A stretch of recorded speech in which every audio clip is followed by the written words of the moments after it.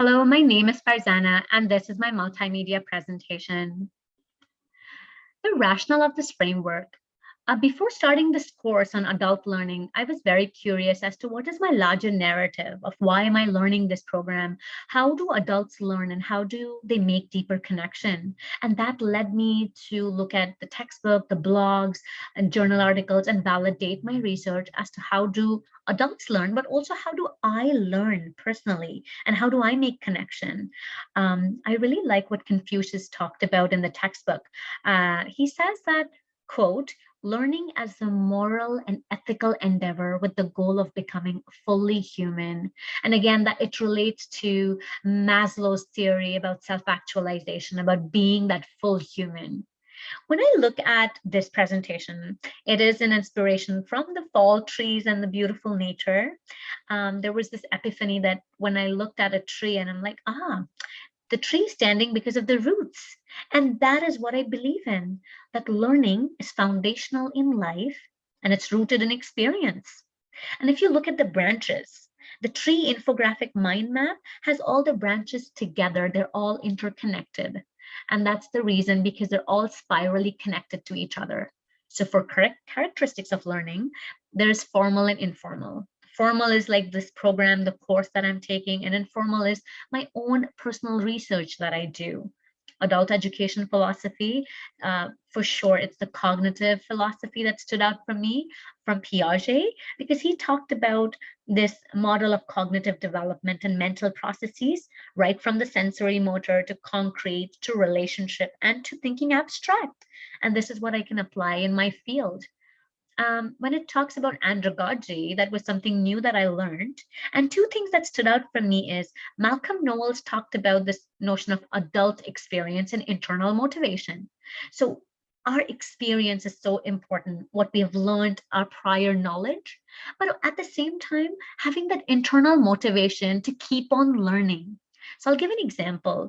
I work as a program coordinator at one of the Indigenous community program, and I didn't know much about the Indigenous communities. So having that internal motivation of learning about the community, learning about the traditional teachings, the spiritual teachings, the knowledge keepers, the elders, this all helped me learn and grow in my profession. And at the same time, be mindful about the families that I work with.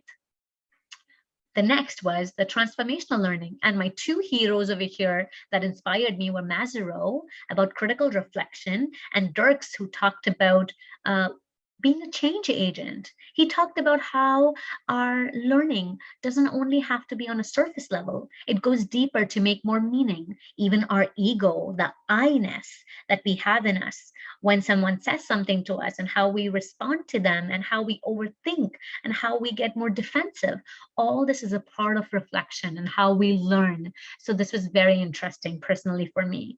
And he also referred, Dirks also referred to the Carl Jung's philosophy about how you nurture your soul and your ego. So that was interesting too.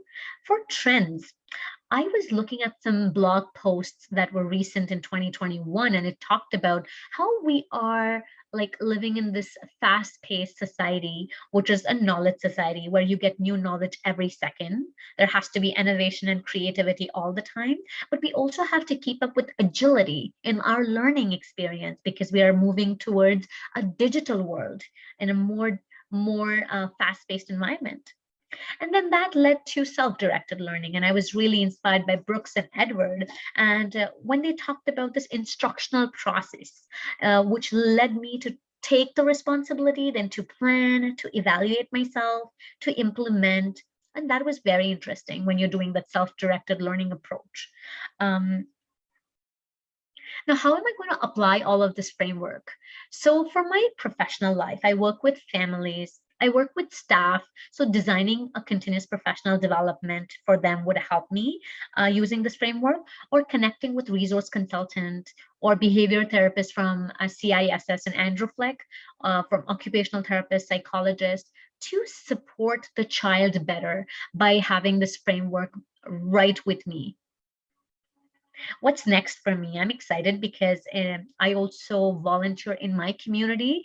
And in my community from Alberta, they asked me if I could join a course which is on adult learning and education as more an educational leadership, which is starting from November 1st. It's a 25-hour program, which is voluntary, which is just for the sake of supporting the community. And I'm excited to do that because it's what I'm learning right now.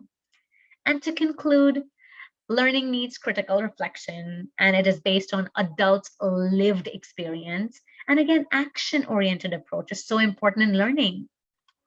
And these are some of the references and my citations. Thank you very much.